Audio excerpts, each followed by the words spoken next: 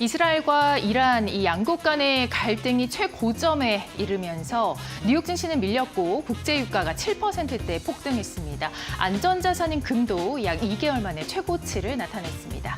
네, 맞습니다. 이날 지난 금요일에 발표가 됐었던 이 미시간대 6월 소비 심리 지수 다행히도 개선세를 보였지만요. 이 한 주 내내 매크로 지표는 양호하게 나왔음에도 불구하고 지정학적인 리스크에 가려져서 그 영향은 상당히 제한적이었습니다. 자, 그렇다면 과연 3대 지수 지난 금요일 어떻게 마무리가 됐을지 저와 함께 지금 바로 보시죠. 자, 가장 먼저 이 다우존스 지수 1.79% 상당히 깊은 낙폭을 기록했고요. 또 이어서 나스닥도 1.3% 하락폭을 기록했습니다. 자, 이 트럼프 대통령이 장 중반에 이번 공격으로 인해서 지역 전쟁까지는 발발하지 않을 것이다. 이런 말을 남기게 되면서 장 중반 들어서 낙폭을 축소했지만요. 이내 이란이 이스라엘에 대해서 대대적인 반격을 퍼붓게 되자 다시 한번 낙폭이 확대가 됐고요. 또 S&P 500마저도 1.13% 하락 마감했습니다. 자, 그렇다면 히트맵 통해서 전반적인 업종 흐름 어떻게 흘러갔을지 바로 만나보시죠. 자, 보시다시피 이날 같은 경우에는 이 에너지 그리고 방산을 제외하고 나서는 전부 다 빨간불을 켰던 그런 하루였습니다. 특히나 이 여행과 항공업종이 가장 크게 좀 조정을 받았었고요. M7 역시 테슬라를 제외한다면 이 전 종목에서 깊은 하락이 나왔습니다. 자, 가장 먼저 테슬라 굉장히 의외의 그런 모습을 보여주고 있죠. 약 2%가량 상당한 강세를 기록했습니다. 이날 자율주행차 관련 규제가 대폭 완화됐다는 소식에 이 로보택시에 대한 기대감이 다시 한번 모이게 되면서 테슬라만큼은 상승을 기록했지만요. 자, 이 애플은 상당히 마찬가지로 호재가 있었음에도 좀 아쉬운 모습 보였습니다. 이날 같은 경우에는 이 대대적인 할인 프로모션으로 중국에서의 시장에서의 1위를 기록을 했다. 이런 소식이 나왔는데요. 글쎄요, 과연 할인 프로모션으로 인해서 1위를 했다는 소식이 과연 그렇게 호재로만 볼 수만은 없겠죠. 마찬가지로 1.38% 하락 마감이 됐고요. 또 팔란티어의 경우에는 1.6%가량 강세가 좀 나와줬습니다. 이 상당히 좀 의외의 결과다 이렇게 해석을 할 수가 있겠는데 팔란티어 기본적으로요. AI도 AI지만 방산주입니다. 이날 실제로 이 이란의 대이스라엘 공격이 사이버 공격을 중심으로 이루어질 수 있겠다. 이런 분석에 1.6% 상승 마감이 됐고요. 또 양자 컴퓨터는 이날도 마찬가지로 이렇게 안전자산에 대한 안전자산에 대한 선호 그리고 위험 투자에 대한 이런 회피 심리가 커지게 되면서 마찬가지로 2%에서 5%가량의 하락폭을 보였습니다. 자, 그렇다면 이 지난 금요일 이 뉴욕 증시 현재 분위기 어떻게 과연 흘러가고 있을지 굉장히 궁금하네요. 자, 바로 현장 연결해 보도록 하겠습니다. 자, 오늘의 이 마감 상황 같은 경우에는요. 이 김상윤 이데일리 뉴욕 특파원 나오겠습니다. 바로 연결해 볼게요. 어서 오세요. 네, 김상윤 이데일리 뉴욕 특파원입니다. 네, 정말 주말 사이에 좀 이렇게 지정학적인 이슈가 저는 잠시 지난주에 잠깐 이렇게 나오고 끝이 될 거라고 생각을 했는데 점점 더 격화가 되는 그런 모습입니다. 또 밤사이에 트럼프 대통령 역시 관계를 명확하게 좀 선을 긋는 듯한 그런 발언을 이어갔고요. 자, 우선 뉴욕 증시 마감 상황 그리고 이어서 지정학적인 이 가장 최신 흐름까지 한번 짚어보시죠. 네, 전날 금요일 뉴욕 증시가 잠시 주춤하면서 장을 마감했죠. 바로 트럼프 감세 정책이 잠잠하더니 갑자기 이스라엘과 이란의 전쟁이라는 복병이 튀어나왔기 때문입니다. 또 다른 불확실성이 나타난 것이죠. 이스라엘이 이란의 핵시설과 군수 내부를 폭격한 뒤 양국의 충돌이 사흘째 격렬하게 진행되고 있습니다. 이스라엘 군사작전이 계속되고 이란의 계속된 보복이 예상되면서 중동 내 긴장은 최고조를 달할 상황입니다. 일단 양측은 각국의 군사시설에 작전 수행을 집중하고 있습니다. 이스라엘은 핵시설과 에너지시설, 이란도 이스라엘의 군시설 폭격을 중심으로 하고 있습니다. 아직까지 민간인 폭격 등 정쟁이 확산되거나 전면적으로 향하는 분위기는 감지되고 있지 않습니다만 이란 입장에서는 핵심 지도자가 사망했고 핵시설도 무력화된 만큼 보복을 하겠다는 의지가 상당히 강한 상황입니다. 다만 이스라엘의 뒷배에는 미국이 있습니다. 트럼프 대통령이 이번 이스라엘 공격에 미국이 개입하지 않았다고 밝혔지만 현재 이란의 이스라엘 공격 미사일을 요격하는 등 간접적으로 지원을 하고 있습니다. 이러한 보복에 대비해 주요 구축함을 전방 이동을 지시했으며 공군 전투기들도 보안 조치를 강화하고 나섰죠. 자칫 이란의 공격이 미국에 대한 공격으로 간다면 이란 입장에서는 미국을 전쟁을 개입시키는 최악의 악수가 될 수밖에 없습니다. 트럼프 대통령 새벽에 우리가 이란으로부터 어떤 방식, 형식이나 형태로든 공격을 받는다면 미군의 완전한 힘과 완력이 예전에 결코 볼 수 없었던 수준으로 내려닥칠 것이라고 경고하기도 했습니다. 이런 상황에서 이란도 보다 격하게 이스라엘에 보복을 할 수 없는 상황으로 있습니다. 이런 상황에서 각국의 외교 전도 재빠르게 펼쳐지고 있습니다. 오늘부터 4일간 캐나다에서 G7 정상회의가 열립니다. 트럼프 대통령이 이번 사태에 대해서 어떤 언급을 할지 동맹국 정상들과 어떤 논의를 이어갈지 주목해야 할 것 같습니다. 네, 확실히 G7 정상회의에서 이 트럼프 대통령의 발언 하나하나에 좀 촉각을 곤두세워 봐야 될 것 같고요. 또 이어서 이 유가 이야기를 좀 안 해볼 수가 없겠죠. 이번에도 역시나 유가가 7% 가까이 껑충 뛰어 올랐습니다. 벌써 이 배럴당 WTI는 73달러 선을 바로 눈앞에 두고 있는데, 자, 그렇다면 이 유가 앞으로의 향후 전망은 어떻게 보실까요? 약간의 오일 쇼크가 올 수도 있다, 이런 약간의 그런 걱정들도 들리고 있더라고요. 네, 이스라엘이 이란의 주요 에너지 인프라를 공습하면서 중동 지역 공급 차별에 대한 우려가 커지고 있습니다. 이란은 미국의 제재에도 불구하고 오펙 내 세 번째로 큰 제재 생산국인데요. 다분히 공급 부족 우려가 커질 수밖에 없는 상황입니다. 시장에서는 국제 유가가 추가로 급등할 가능성이 대비하고 있습니다. 이스라엘과 이란 간 확전으로 WTI는 지난주 금요일 장중 한때 14%나 급등했으며 최종적으로 배럴당 73달러 선에 마감했습니다. 이란은 상 요청지인 호르무즈 해협을 봉쇄하겠다고 여기까지 하고 있는데요. IBJP 호르무즈 해협이 실제로 폐쇄될 경우 국제 유가는 최대 130달러까지 치솟을 것으로 내다보고 있습니다. 유가 상승은 전 세계적인 인플레이션 압력을 더욱 수 없습니다. 금요일 미국 국채 금리 도 이런 이유에서입니다. 이런 상황에서 이스라엘은 지난 토요일 이란 사우스 파르스와 연결된 천연가스 처리 시설 연료 저장 탱크도 공습했습니다. 이는 수출보다는 원유 시설이라고 합니다. 국제 원유 인프라를 입지 않았다는 점에서 시장에 일정 부분 안도감을 주고 있습니다.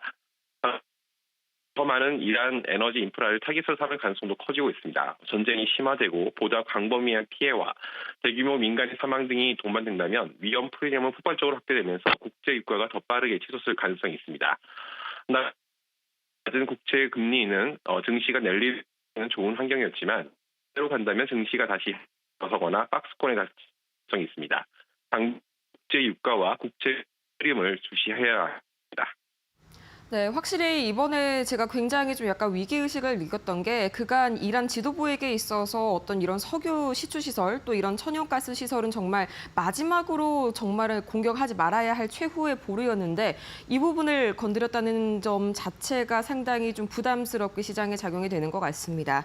자, 그럼 이어서 불확실성이 굉장히 커진 상황에서 이번 주 FOMC 일정도 함께 소화를 해야겠죠. 아무래도 좀 금리 동결이 확실할 것 같긴 한데 여기에서 중요한 게 이제 S&P 이어서 점도표일 것 같습니다. 어떻게 보시나요? 네, 그렇습니다. 매우 불확실성이 커진 가운데 이번 주 FOMC가 열립니다. 금리 동결을 말씀대로 불가피하다는 게 대체적인 시각이고요. 투자자들은 연준의 기대감 그리고 파월 의장의 발언에 주목하고 있습니다. 연준이 어떤 조건에서 금리 정책의 변화를 줄지 단서를 파악하기 위해서입니다. 우선 연준을 위해서는 대학관이 이민, 세제 등 핵심 정책의 불확실성을 해소해야 한다고 줄곧 얘기해왔습니다. 관세 정책은 최소 7월 초가 돼야 구체적으로 나올 것으로 보이고요. 또 지금 상원에서 계속하고 있습니다. 경제가 현재 나쁘진 않습니다. 물가 상승률은 둔화되고 있고 고용은 그럭저럭 탄탄하고요. 아직까지 즉시 개입해야 할 경고 신호는 나타나지 않고 이런 점을 고려하면 6월, 7월 금결한 뒤 최소 정책 변경을 검토할 것으로 있습니다. 상막을 가늠할 수 있는 점도표죠. 연준은 올해 2%를 전망하고 있습니다. 또 불확실성이 여전히 커서 기존 전망을 유지할 것으로 예상되고 있지만 관세 여파가 서서히 본격화될 점을 고려 유가 전망치가 상향 조정할 수 있다는 금리 인하 전망치를 한 차례 줄일 가능성도 있습니다. 네, 확실히 이 FOMC 점도표 그리고 이후에 이어질 또 파월 의장의 기자회견 이후에 나올 만한 이런 말 한마디 한마디에 조금 더 집중을 해봐야 할 것 같은 이번 FOMC일 것 같습니다. 또 마찬가지로 유가적인 측면에서 이런 FOMC에 미칠 수 있는 변수들에도 한번 주목을 해봐야겠고요. 자, 이렇게 해서 저희 오늘 김상윤 이데일리 뉴욕 특파원과 함께 현장 분위기 만나보고 왔습니다. 좋은 말씀 고맙습니다. 네, 감사합니다. 네, 다음으로는 계속해서 이주혜 앵커와 함께 특징주 소식 이어서 자세한 매크로 지표까지 바로 만나보시죠. 네, 금요일장 정말 이 중동 리스크에 완전하게 지배가 된 시장이 아니었나 싶습니다. 관련주들 어떤 종목들이 있는지 한번 살펴보도록 하겠습니다. 자, 일단 먼저 기술주부터 살펴보도록 하겠습니다. 자, 전반적으로 빨간불이 켜졌습니다. 상당히 이 마이너스 하락세가 지속이 됐던 이 장에서 테슬라 살아남았는데요. 이 테슬라 같은 경우에는 블룸버그에 보도가 있었습니다. 트럼프 행정부 쪽에서 자율주행차 도입 제조사들을 위해서 이 면제 절차가 간소화되고 있다라는 이야기가 들려오고 있습니다. 기존에는 수년 정도 걸렸다면 이제는 수개월 정도로 예상이 되고 있습니다. 간소화 절차로 인해서 앞으로에 대한 기대감도 상당히 큰 상황, 2%대의 강한 흐름을 나타냈습니다. 시장의 지배 속에서 엔비디아, 마이크로소프트 모두 밀리는 모습이 나타났습니다. 엔비디아가 2% 정도 하락을 했습니다. 다만 모멘텀은 좋았습니다. 유럽은 GPU 매출 8배 정도 성장이 기대가 되고 있는데 2024년부터 2026년까지 약 8배면 상당히 큰 수치죠. 그러다 보니 모건 스탠리의 이런 긍정적인 분석으로 앞으로에 대한 기대감은 여전합니다. 마이크로소프트 보겠습니다. 1%가량 밀렸습니다. AI 시장을 주도하는 그런 종목이다. 입지가 상당히 강하다라는 분석 리포트 있었고요. 목표 주가를 565달러로 상향 조정했습니다.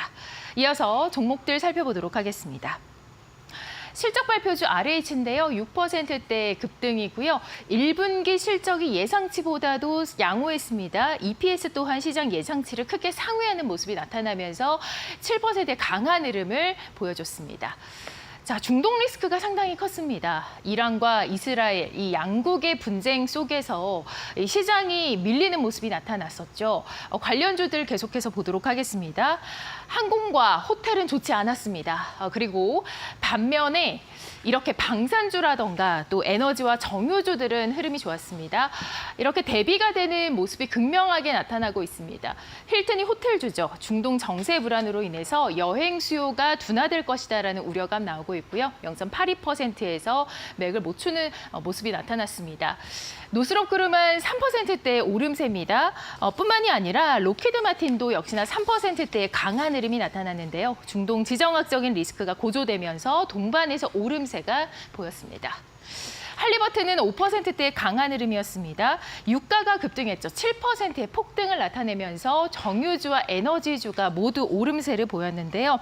쉐브론과 엑스모빌 등 정유주도 동반해서 상승하는 모습 보였습니다. 이어서 또 다른 이슈 있는 종목들 살펴보도록 하겠습니다. 자, 월마트 등 자체 스테이블 코인의 발행을 검토하고 있다라는 소식으로 인해서 비자카드가 4%대의 하락을 보였고요. 리제네론 같은 경우에는 인수전에서 밀렸습니다. 23엔드, 그러니까 23엔드미라는 인수전에서 상당히 부정적인 모습이 나타났지만 주가는 지켜내는 모습을 보였는데요. 이 부분이 이 사업에는 크게 영향이 없을 것이다라는 전망이 나오고 있습니다. 그렇다 보니 강한 흐름 보였습니다. 서클 같은 모습 보겠습니다. 25%의 급등이 나왔습니다. 서클은 지난주에, 그러니까 6월 초죠. 6월 초에 상장을 한 종목입니다.